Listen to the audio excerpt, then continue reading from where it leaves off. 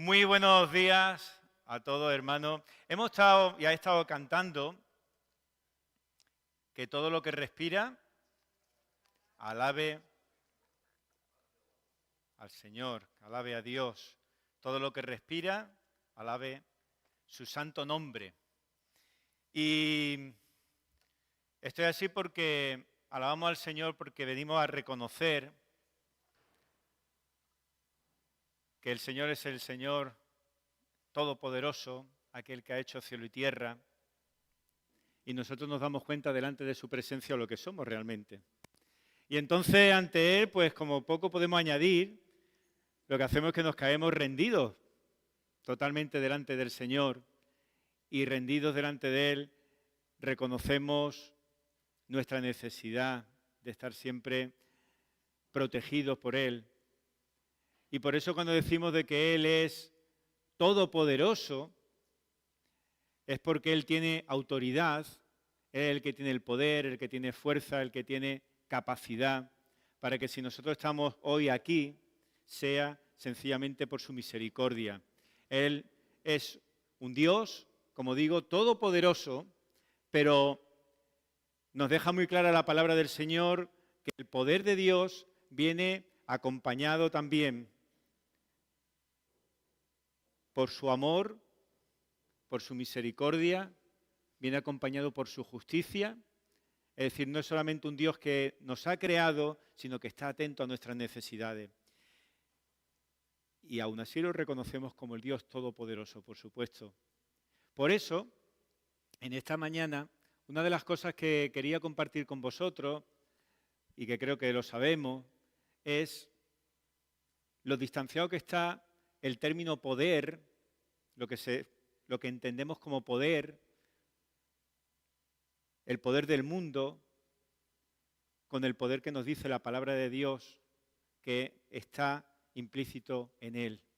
Qué cosa tan distante, qué cosa tan distinta. Porque poder significa autoridad, poder significa mando, poder significa dominio, fuerza. Y eso es algo que todos nosotros y el hombre natural anhela desde que desde que nacemos. Yo no sé lo que nos ocurre, pero anhelamos eso.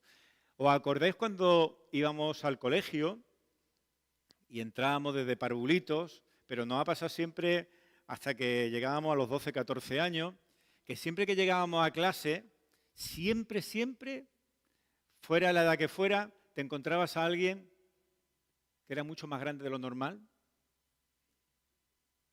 Era el más fuerte, pero con bastante diferencia de todos. Y siempre, eras curioso, pero cada vez que iba uno y pasaba a un curso siguiente, si este grande ya no estaba, estaba otro nuevo, pero siempre había uno que sobresalía. Ese era como el poderoso allí de la clase, el que nada más que levantaba un poco los ojos y pegaba 2 golpes en el pupitre, nos cuadrábamos poco menos que todos delante de él, más incluso que muchas veces que los propios profesores. Nosotros, el hombre natural, desde pequeño, ha considerado que el tema de poder está ligado a la fuerza. Y por eso siempre ha procurado de esforzarse en ser fuerte. En que si hay que enfrentarse en un 1 contra 1, tengas el suficiente poder, tengas la suficiente fuerza como para aplastar a ese con el que te estás enfrentando. Entonces es necesario de que seamos fuertes. La fuerza la buscamos siempre desde el principio. Pero no solamente a nivel individual. Esto ocurre a nivel incluso de estados, de países. Si un país no tiene fuerza, pues sabe que no puede ser poderoso, porque viene otro país, otro imperio, como nos dice la historia, más poderoso que tú, más fuerte que tú, y te termina arrasando. De ahí de que llegamos a nuestra edad moderna, en la cual es muy importante pues tener un ejército fuerte para no estar o procurar estar no sometido a los países o a los ejércitos que son poderosos. Pero cuando pasa el tiempo nos damos cuenta que no solamente con la fuerza se puede tener poder, sino que incluso a lo mejor no hace falta que físicamente seas tan fuerte, pero puedes ser poderoso. Y entonces descubrimos también que a través de las riquezas, a través del buen patrimonio, uno también puede tener poder. Claro que con el poder, con esas riquezas, puedes comprar siempre las suficientes armas, no solamente físicas, sino también militares, para que seas y te acompañe y seas poderoso. La fuerza, pero también la riqueza. Y no sé si os dais cuenta que también, a medida que va pasando el tiempo, nos damos cuenta de que hay otros factores que también nos pueden hacer poderosos. Hasta incluso cada uno dentro de su campo. La fama, y no voy a hablar de esto, sino para parecer un mitin político, pero si hablamos de los poderes fácticos, ¿verdad? Es decir, todos aquellos que incluso están por encima de la propia política y que son más fuertes todavía que la propia política de los países, que son cosas que la estamos viendo últimamente de una manera bastante clara. Pero no vamos a echarle culpa ni a los grandes gobiernos ni a los grandes estados, sino, vuelvo a repetir, vamos a mirar nosotros mismos, porque cada uno de nosotros queremos ser poderosos y tener poder allí donde estamos.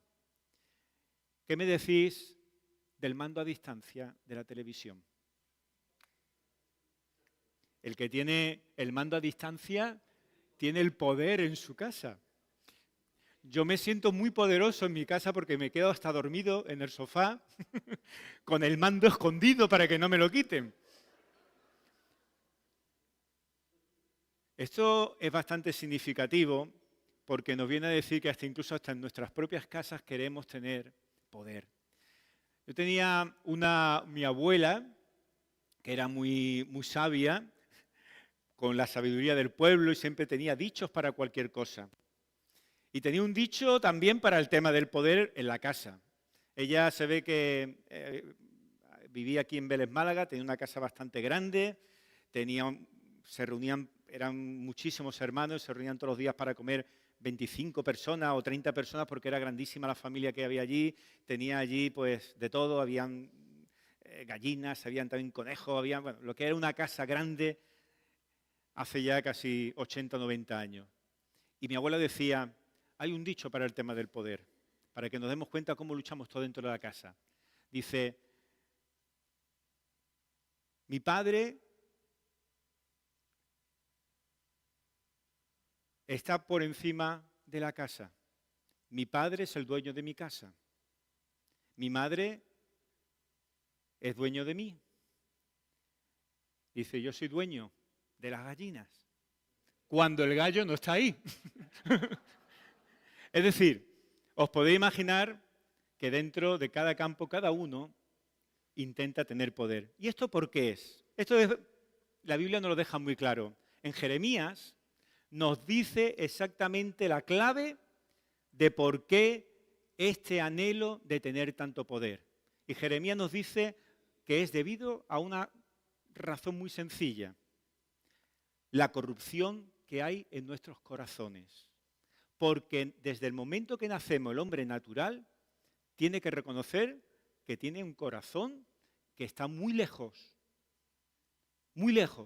de lo que realmente Dios quiere. Muy lejos. Y por eso necesita buscar cosas como, por ejemplo, el poder dentro del campo donde se encuentre.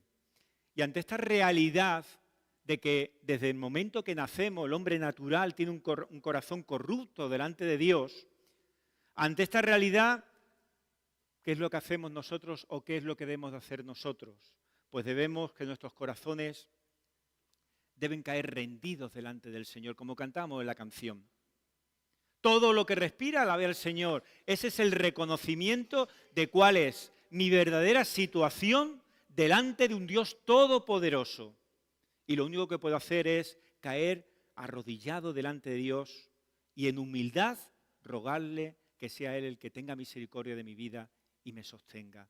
Es lo único que puedo hacer, pero daros cuenta, rompo todo orgullo, tengo que romper todo orgullo delante de Dios, caer rendido de una manera humilde delante de Él. Qué lejos están nuestros deseos a los caminos del Señor. Es cierto, qué lejos. están las cosas que realmente anhelamos con la voluntad de Dios. Está muy lejos. Y cada uno de nosotros nos encontramos, y esto es muy importante, nos encontramos muy cerquita, más de muchas veces de lo que nos podemos imaginar, de un desastre espiritual de nuestras propias vidas, cuando intentamos hacer las cosas por nosotros.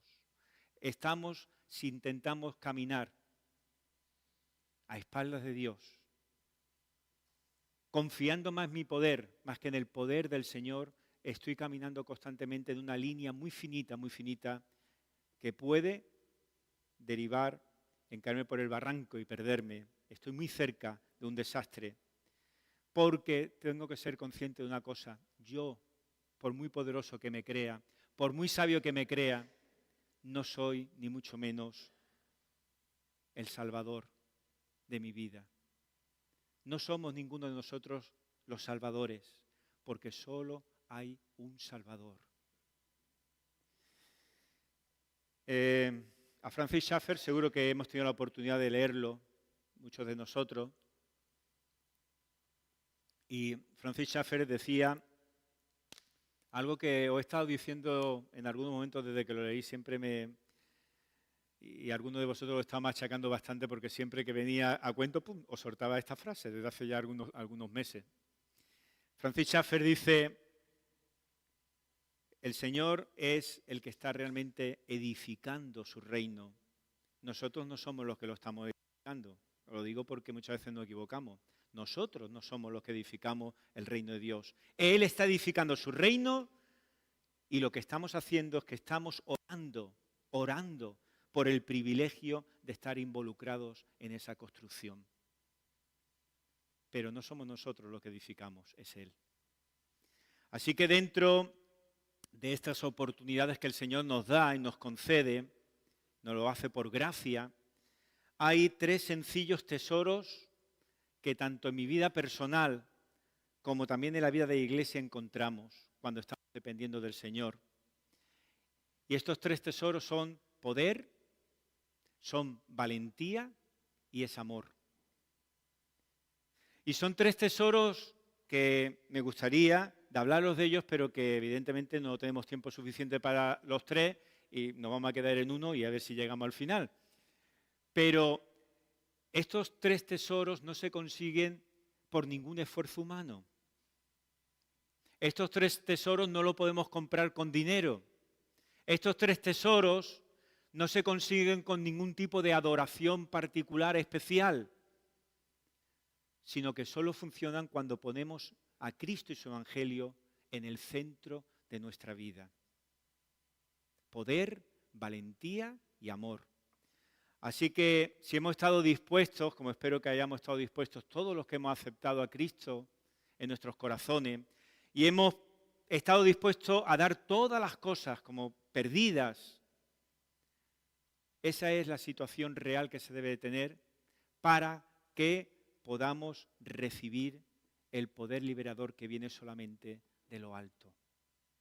Cuando hay orgullo en nuestras vidas, poco poder vamos a recibir, porque choca el poder verdadero que necesitamos con el poder, entre comillas, que creemos que nosotros tenemos, que más que poder es rebeldía. Y este poder está por encima, como digo, de todo. Ninguna de estas cosas, por mucho que se esfuerce el hombre, puede conseguir. Este poder está por encima de todo porque este poder viene solamente de lo alto, viene de los cielos. Vamos a compartir unos versículos hablando acerca del poder de Dios, el poder de Dios, unos versículos, 3 versículos concretamente que se encuentran en el libro de Romanos. Y en el capítulo 1 de Romanos, Pablo hace una serie de afirmaciones que son muy interesantes. Los versículos son el 14, 15 y 16, pero creo que es necesario, para que no lo veamos solamente estos 3 versículos, de que veamos un poquito algunos versículos que están quizás antes. Y voy a arrancar desde el versículo 8, ¿vale? Romanos 1, y voy a leeros desde el versículo 8. Dice así la palabra del Señor.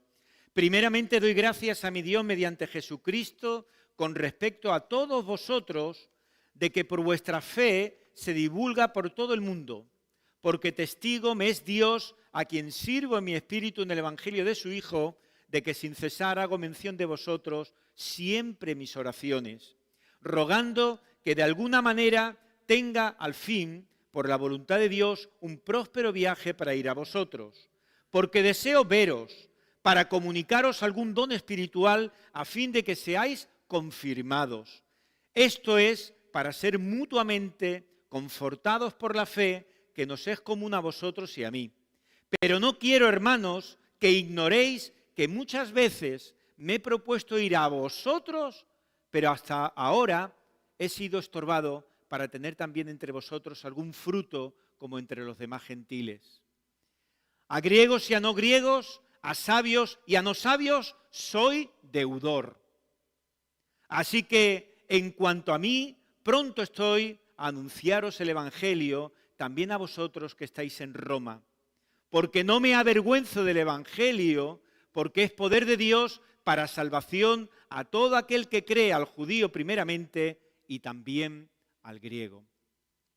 Pues en estos 3 versículos centrales, que son los que quiero dedicar la atención, son el versículo 14, 15 y 16, pues hay aquí y nos encontramos 3 afirmaciones que hace Pablo que vienen de alguna manera a decir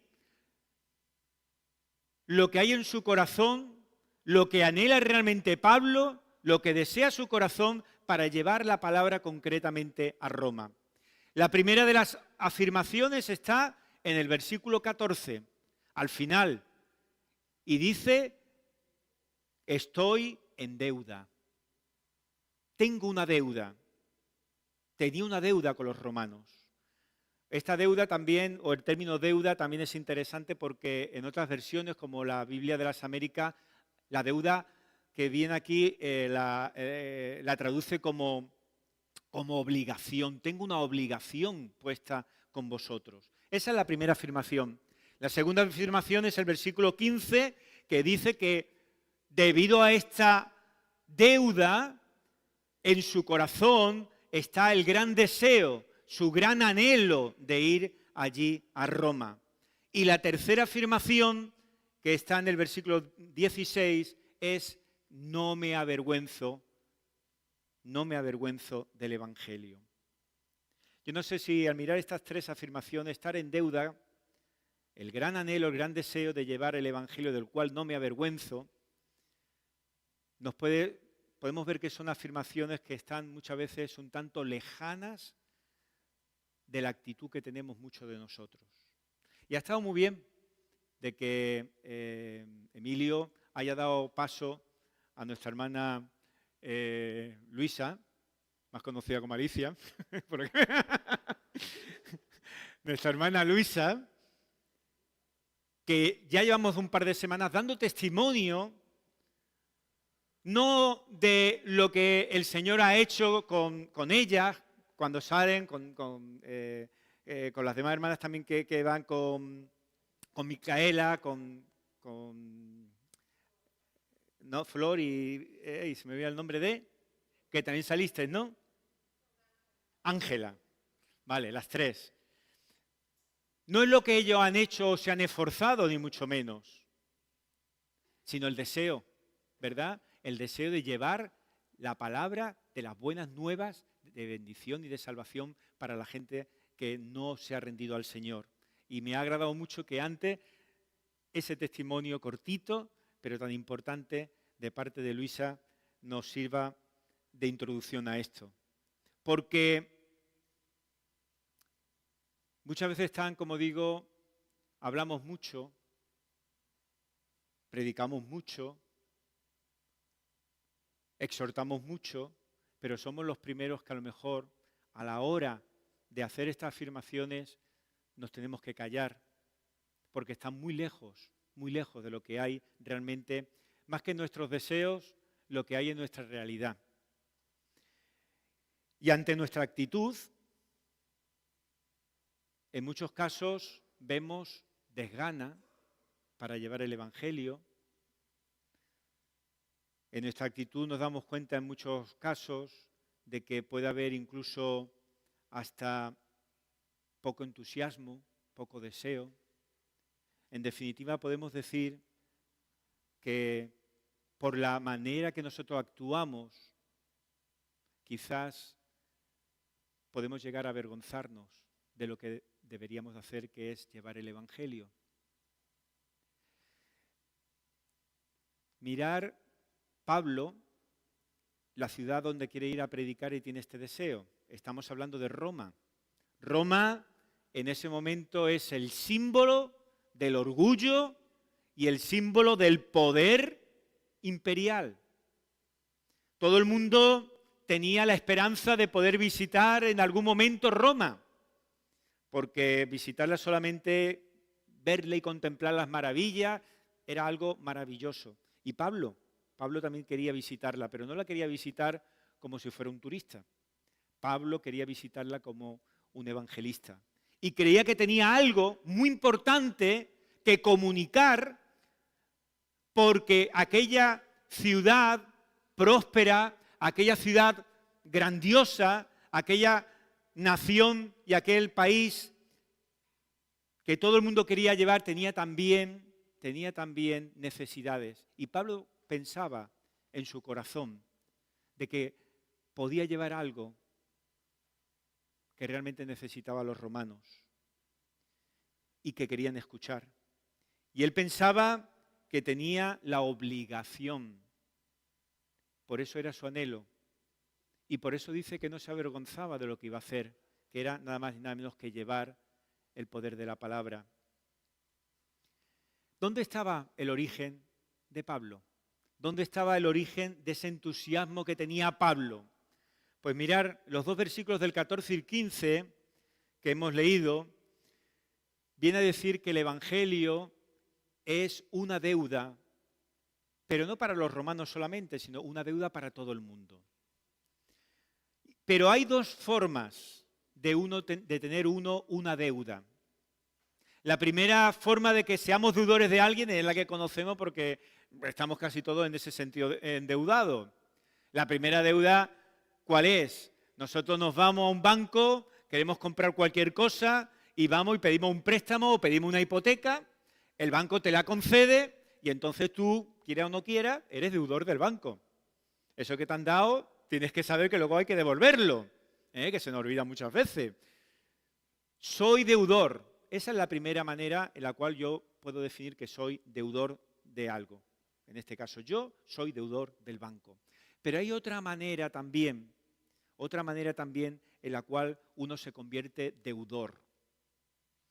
Imaginaros que soy una ONG que se dedica a cuidar y a proveer de lo que necesitan personas con pocos recursos, personas que están en la calle, que tienen muchas necesidades, y a mí, pues, el Estado me concede una subvención de X euros y yo me convierto en deudor. Pero aquí es donde viene el punto que es interesante. ¿De quién me convierto deudor? No me convierto deudor del Estado, que es el que me da ese dinero, sino que me convierto en deudor de a quién va destinado ese dinero. Me convierto deudor del necesitado, porque para eso he recibido el dinero, en este caso del Estado. Es decir, el primer ejemplo que os he puesto, he adquirido una deuda porque he pedido algo prestado. En el segundo es, en este caso, el Estado quien me ha colocado en la situación de tener una deuda cuando me ha confiado el dinero para un tercero. Pues precisamente en este segundo sentido es más por donde va el sentirse deudor Pablo. ¿Qué es lo que Pablo le había pedido a los romanos para ser deudor de los romanos? No le había pedido absolutamente nada. Por lo tanto, ¿qué tenía que darle a los romanos? Los romanos no le habían pedido nada. Él no le había pedido nada a los romanos. No era deudor. Se convierte en deudor porque había recibido el Evangelio de parte de Cristo.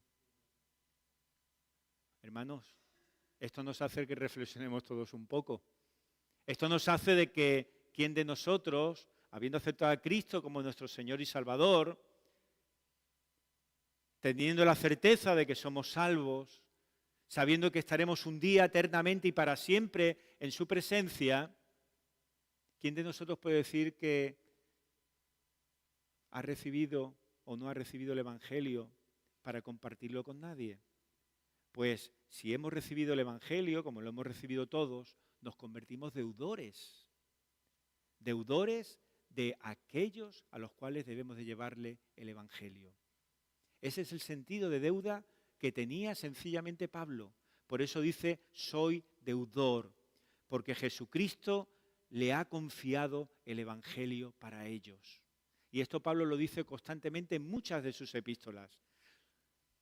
Soy deudor porque Cristo ha confiado el Evangelio en mí.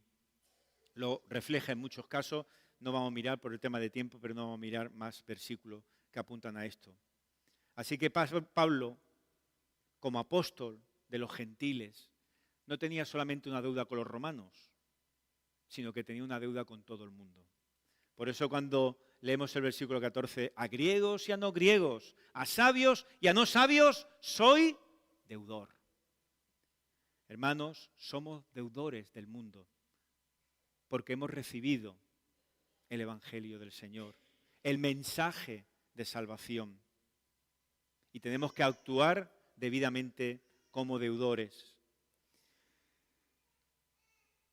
De la misma manera que como Pablo reconoce ser deudor del mundo, reconoce ser deudor en este caso de los romanos, esa deuda, ese reconocimiento de deuda, lo que hace en Pablo es tener anhelo, deseo de ir rápidamente y llevar aquello que ha recibido de parte del Señor.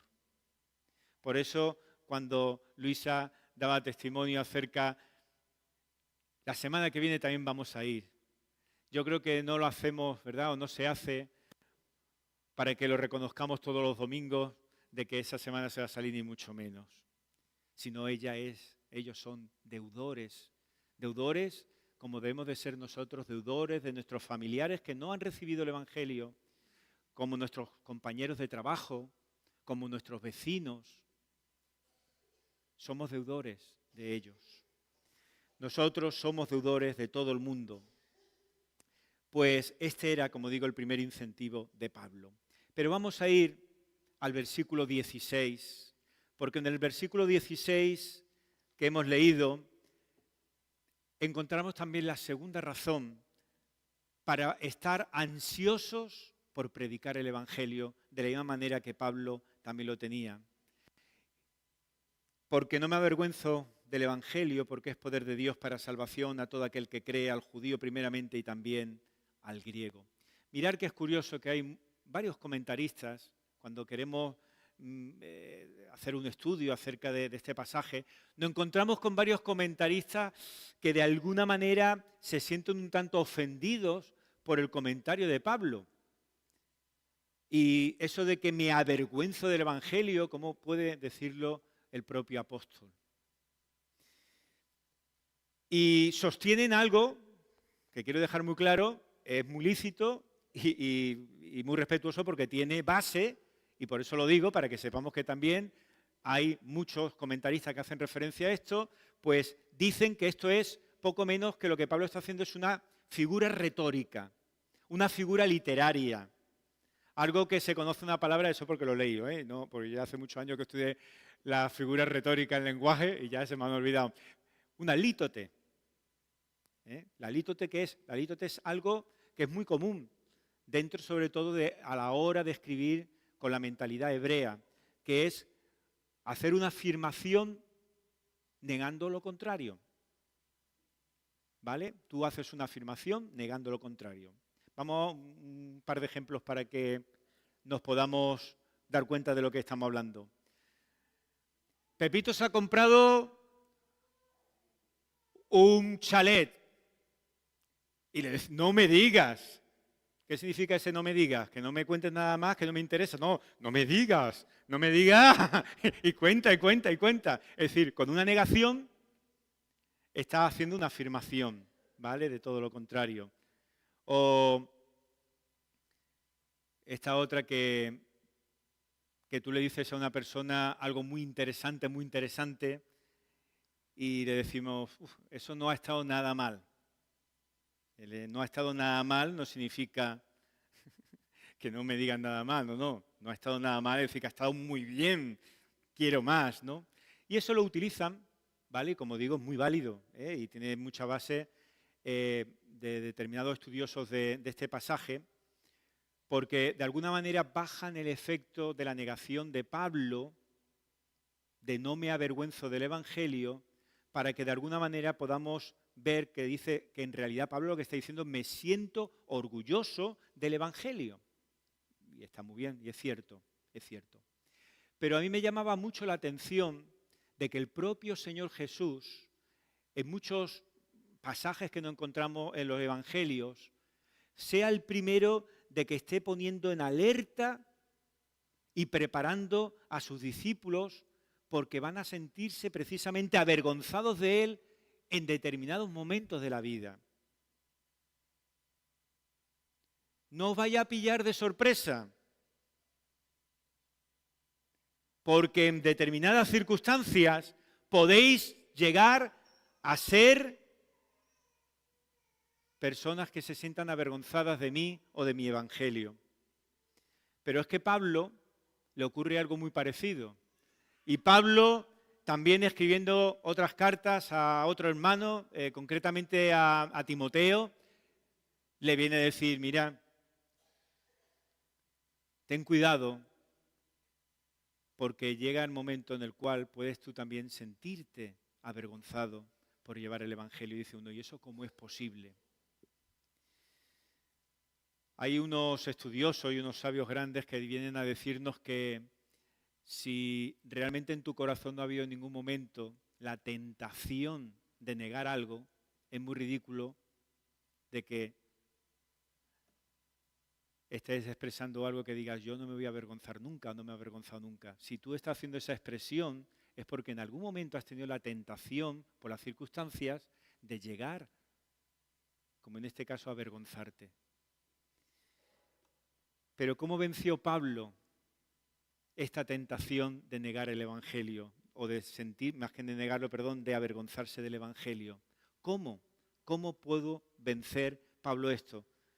¿Y cómo podemos nosotros de vencer también esta tentación, que es lo que nos interesa, a nivel personal o a nivel de iglesia? ¿Cómo vencemos la tentación de que nos avergoncemos de llevar el Evangelio a las personas?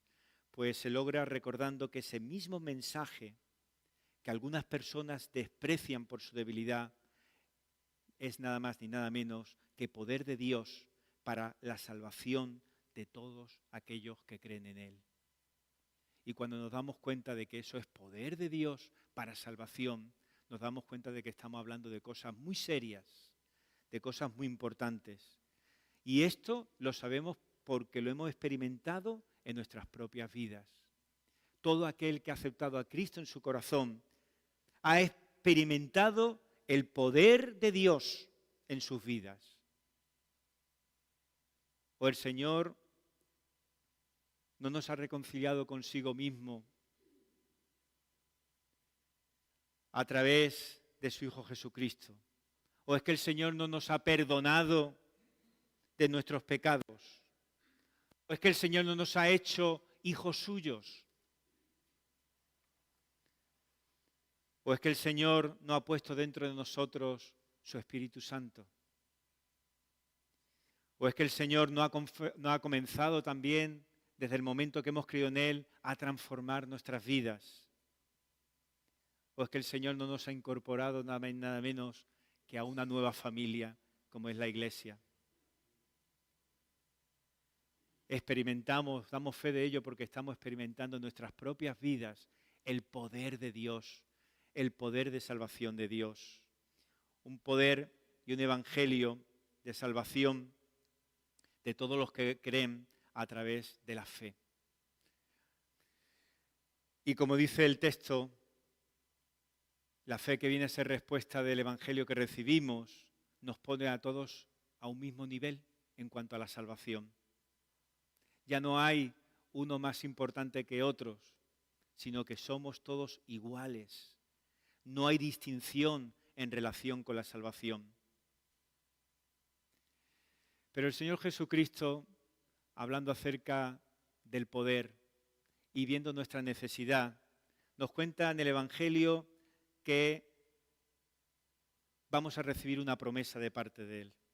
Y una promesa importantísima, una promesa de parte del Señor que no tiene igual con nada que podamos compararlo. Y dice Lucas que recibiréis y seréis investidos del poder que viene de lo alto. Esa es una preciosa promesa. Y esa promesa se materializó en el día de Pentecostés.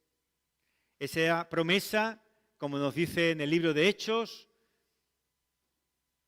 vino en un momento determinado donde se derramó el poder de Dios, donde vino el Espíritu Santo a todos aquellos que estaban aquel día allí reunidos.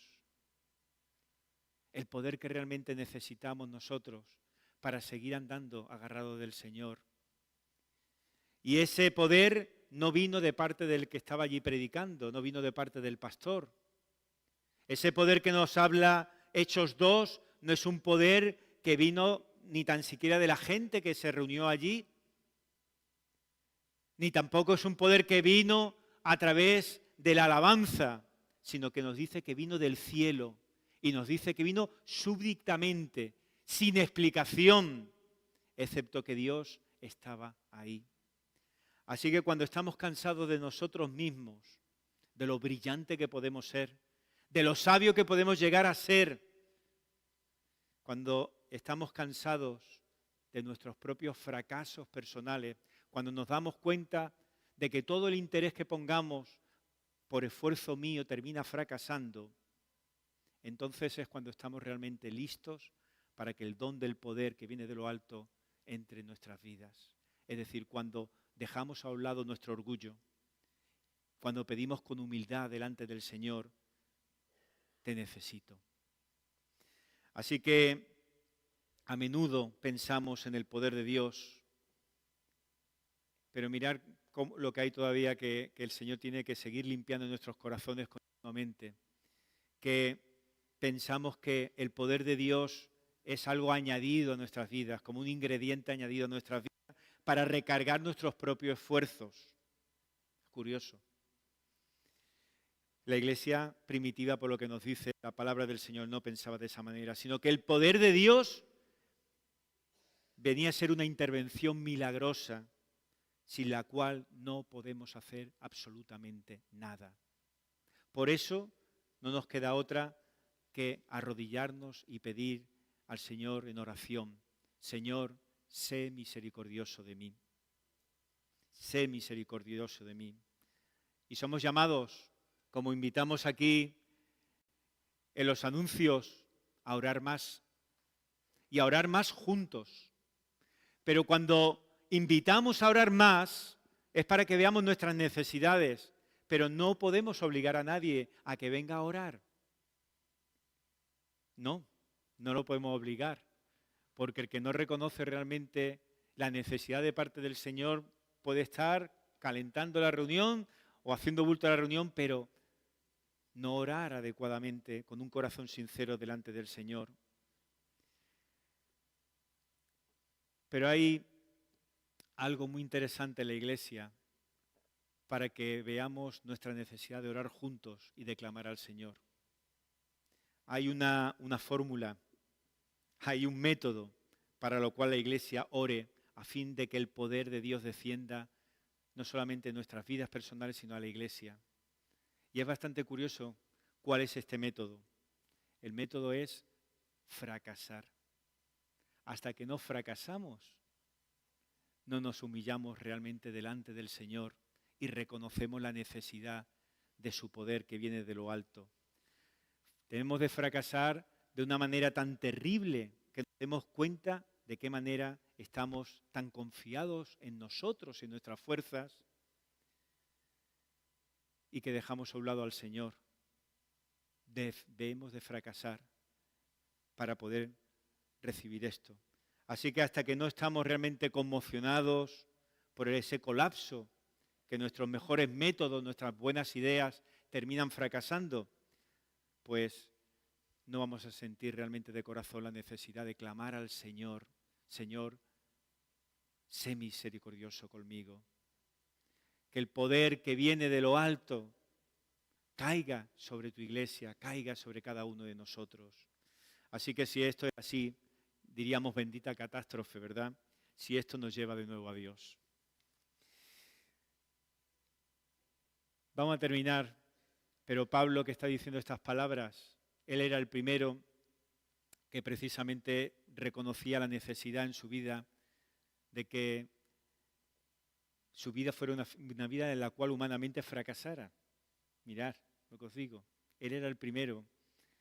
Y nos encontramos experiencias que tiene. ¿Os acordáis esta que nos narra en Corintios, en la cual dice que él llega a ser cogido por el Señor, lo lleva a un lugar, tercer cielo, lo lleva a lugares que no ha visto el hombre, le da una serie de información que poco menos que humanamente nosotros nos ocurre eso, decimos, esto lo que nos está dando es poder. Qué poder tan grande el que voy a recibir de parte del Señor. Voy a recibir información y voy a recibir palabra que oído no ha escuchado nunca, un privilegio de alguien que va a ser poderoso.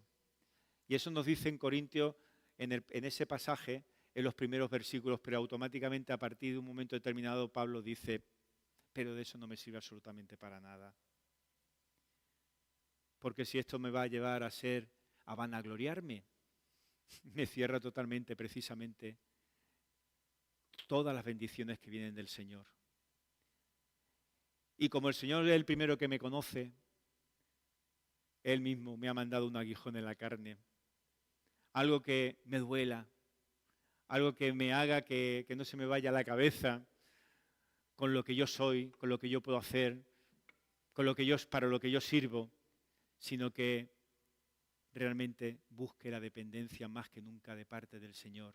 Y en el momento, dice el texto, en el momento en el cual Pablo es consciente de eso, entonces Pablo es cuando su ministerio alcanza su mayor fuerza, cuando reconoce su debilidad delante del poder de Dios.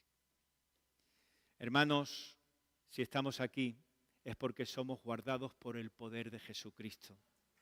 Sois guardados por el poder de Dios mediante la fe para la salvación que está preparada para ser revelada en el último tiempo. Hermanos, somos guardados para algo y guardados con el poder de Dios. Y también somos guardados de algo, por supuesto. También el Señor nos defiende del poder del maligno, del poder de Satanás.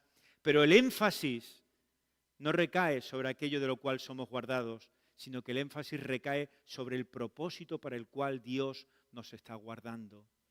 ¿Sabéis para qué somos guardados? Somos guardados para Jesucristo. Somos guardados para Jesucristo. Así que, hermanos, cuando reflexionamos sobre estas tres afirmaciones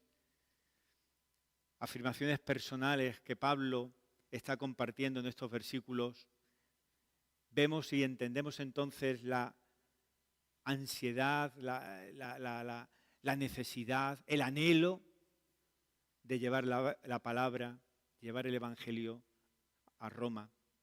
Surgió de su reconocimiento que el Evangelio es una deuda impagada al mundo y al mismo tiempo reconocer el poder salvador de Dios.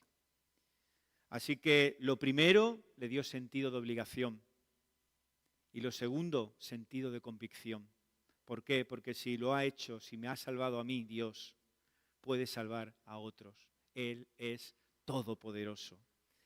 Así que aún hoy el Evangelio es tanto una deuda a saldar como un poder también a experimentar diariamente en nuestras vidas. Y solamente cuando hayamos captado y experimentado precisamente estas realidades que hemos leído, entonces podremos decir como Pablo, no me avergüenzo, tengo la obligación, por tanto, anhelo compartir el Evangelio. Hermanos, que este sea nuestro sentir y esta sea nuestra oración continua al Señor.